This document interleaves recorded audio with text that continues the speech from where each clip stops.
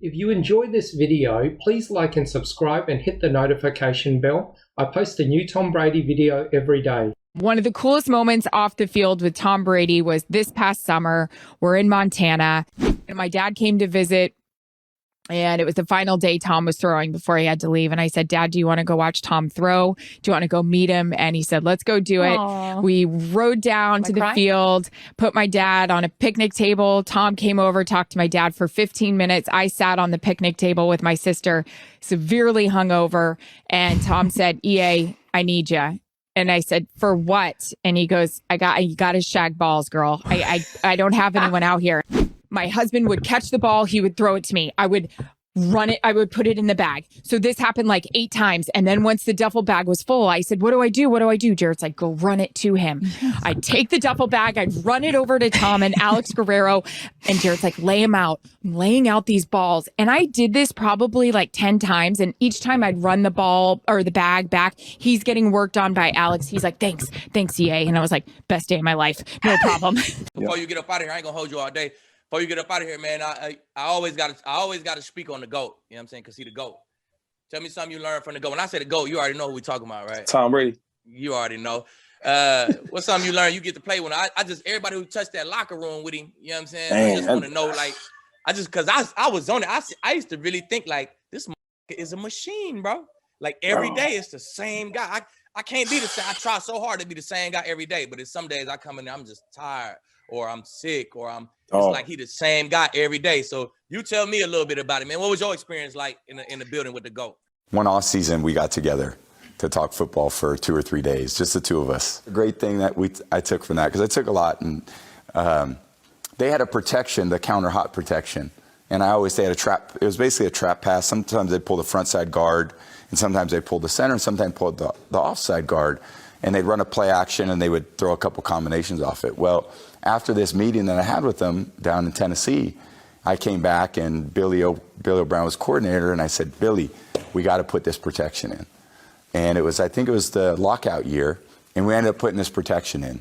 And I swear to God, off of that action, we do a lot of things. We absolutely call that protection at least 1 or 2 times a game against them. And Rob Gronkowski has probably 50% of his offensive production on that play.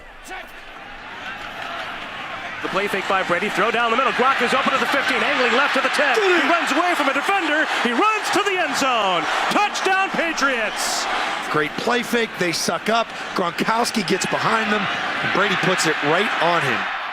So to use that play against him, as well as to have basically Rob become a dominant player in the league off of that particular play is thanks to Peyton Manning. Now, we heard from Tom Brady today. He was the star of the Patriots media availability. He talked at length about his family and his parents, who haven't been able to make it to as many of his games this year as they have in the past. You know, you just have different, things that your family goes through in the course of your life. And it's been a challenging year for, my family. Just for some personal reasons, and it'd just be nice to have everyone here watching us this weekend. And I miss my mom and dad, and they've just been so supportive my entire life. And it's nice to be here to show them, just try to make them proud. And like the thing with him is like he real cool though. You see it, like he joke with you. He talk about sports. He talk about rap. He talks to you, all that. And it's like they come in there, you don't know what to expect. I met him a couple times before, but he was just different. Like I never see somebody so prepared. Like in the beginning of the year, he was intense. You know what I'm saying? It was new. Everybody was new. He's filling everybody out. But every day he comes to work. We get to the playoffs, the intensity jumps up even more. And then the Super Bowl, he was like crazy different. I'm like, it can't be no other level. It's a whole nother level. Like his preparation. So you got them long weeks where you waiting to play. Yo, we would have practice. Dudes would leave, right? We get probably like 15 dudes, like the quarterbacks, running backs, wide receivers, tight ends. You know what I'm saying? The skill guys. You get a text out. It was Tom on the thread group chat about video, about 15 minutes, 10 minutes. He going over everybody. Yo, the cornerback, he does this, he does that. when he does this, you know, the way he stands, he's in this coverage or this. I'm like, dog, it's like a movie. Yo, he would do it every day. The Bradys remember everything about their first Super Bowl 17 years ago. Probably the most vivid because it was the first one and it was so unexpected. The details of the other 7, well, they're a bit more fuzzy. We remember the locations. Yeah. And they were also different teams, different players, you know, you're getting nervous about. What's different about this year's Super Bowl is that both starting quarterbacks are from the Bay Area.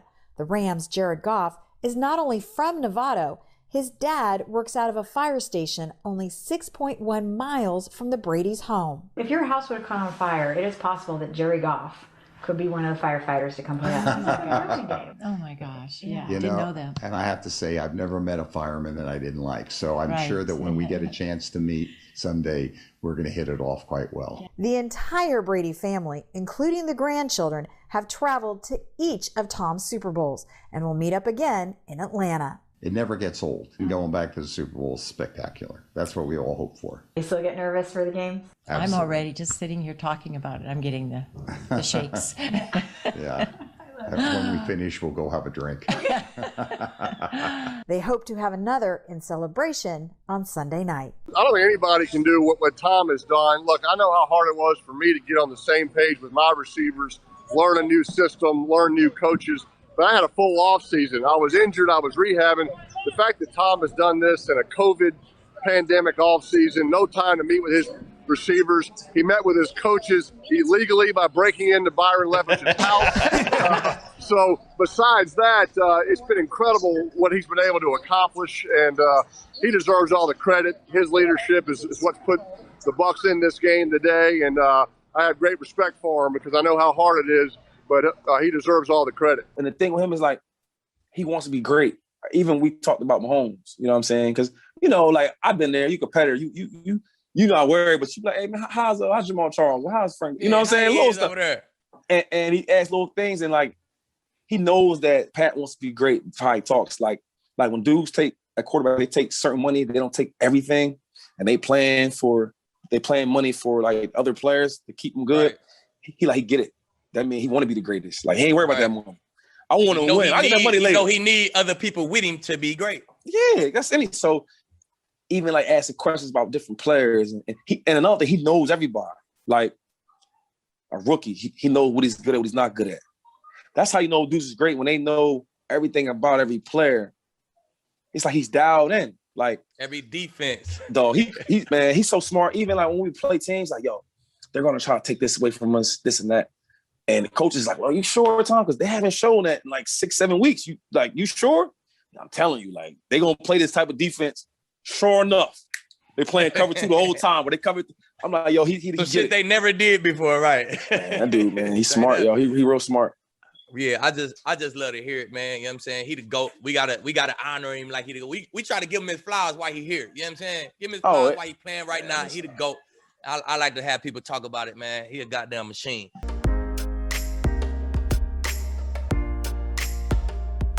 They're not so much rings. They're more like trophies that you wear on your finger.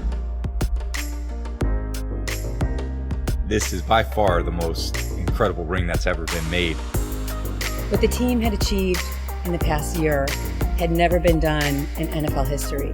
We did it in our own stadium. We did it during the COVID year, but we didn't know what was going to happen. We didn't know if the season was going to finish. You know, to be the first team to win the Super Bowl, you own our own stadium. That's history being made, and that's going to last forever. There's a lot of decisions to be made. I didn't even know how many decisions go into making a Super Bowl ring. The ring is amazing. When you look at the ring, you have no idea that there is this special story inside. This ring tells an incredible story about the 2020 Bucs. Bucs were one of the best teams Tampa's ever had. From the beginning, there was one thing that was very clear to us, is that the Glazer family wanted to have the best Super Bowl ring in history.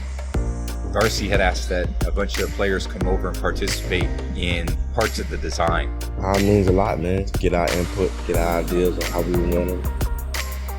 On the top of the ring, there are 319 diamonds. and that symbolizes the final score of the Super Bowl, 31-9.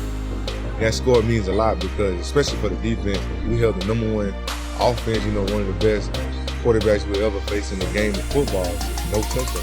The words that are inside are trust, loyalty, and respect. Trust, loyalty, and respect is what we build everything on. The characteristics you have to have on a championship team. The number 8 represents the last 8 wins of the year, which were pretty important for us. And we have 8 diamonds on each side representing those 8 wins. The player side is something that's going to be unique to that particular player. One team, one cause was something that we would see pretty much every day as you walk into the building. It was putting this cause first.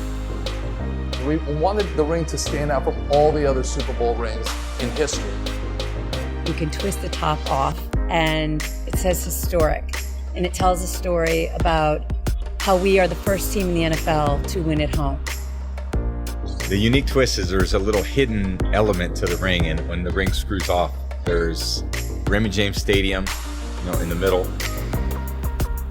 At our tunnels, we got one diamond that basically represents us being the first team to win the Super Bowl in our home stadium.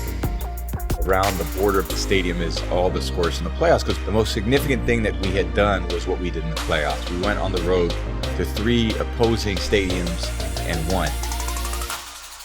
You accomplish something of that magnitude, you want to be able to show for it. So we just won the Super Bowl. Devin White came running up to me and he said, "Darcy, we got to bling this crowd." Yeah, I told him to make the rings biggest.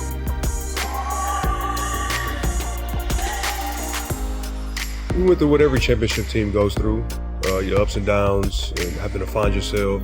I think the ring symbolizes the effort, the sacrifices, the prioritizing. We all just, had that one mindset. When I reflect back on this ring, I can look at it sitting by the next ring, like I always say, that's the first ring I won. In all of our lives, it's always about winning championships. That's what one team, one cause is all about. We accomplished that as a team. We get to be champions for the rest of our life. That's it for this video. I post a new Tom Brady video every day, so please like and subscribe. That way you'll always have a new Tom Brady video to watch every single day.